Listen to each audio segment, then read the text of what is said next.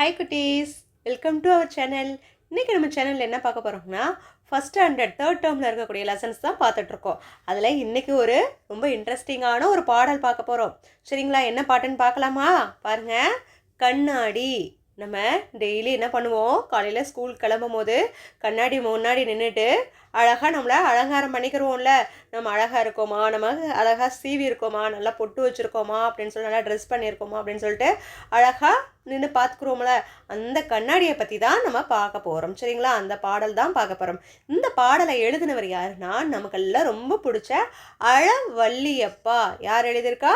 அழவள்ளியப்பா. இவர் யார் அப்படின்னு பார்த்தீங்கன்னா, குழந்தைகளுக்கான பாடல் எல்லாம் நிறைய எழுதியிருக்காரு. ஸோ அவர் தான் அழவள்ளியப்பா. பாருங்க, பாட்டு பாடலாமா? மெத்த பெரிய கண்ணாடி வீட்டில் என்னிடம் இருக்கிறது, நித்தம் நித்தம் அதன் முன்னால் நின்றே அழகு பார்த்திடுவேன். எப்படி எப்படி செய்தாலும் என் போல் அதுவும் செய்திடுமே. நன்மை செய்தால் நன்மைதான் நம்மை வாடி வந்திடுமே. தடவை பாடலாமா? மெத்த பெரிய கண்ணாடி வீட்டில் என்னிடம் இருக்கிறது, நித்தம் நித்தம் அதன் முன்னால் நின்றே அழகு பார்த்திடுவேன்.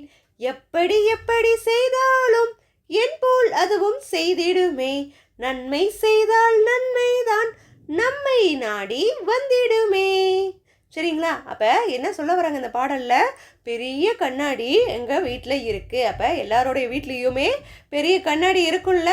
இப்போ டெய்லி நித்தம் நித்தம்னா நாள்தோறும் தினந்தோறும் என்ன செய்வோம், அதன் முன்னாடி நின்றுட்டு நம்ம அழகாக இருக்கோமா அப்படின்னு சொல்லி பார்த்துட்டே இருப்போமா.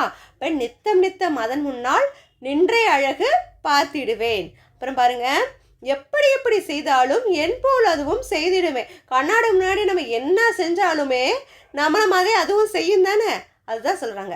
அடுத்து பாருங்க, நன்மை செய்தால் நன்மை தான் நம்மை நாடி வந்திடுமே.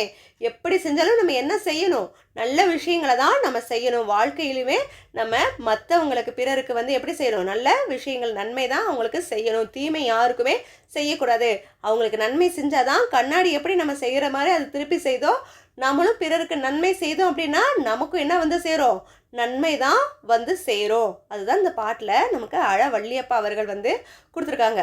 ரொம்ப அழகாக இருக்குல்ல இந்த பாட்டு. சரிங்களா? அடுத்து நம்ம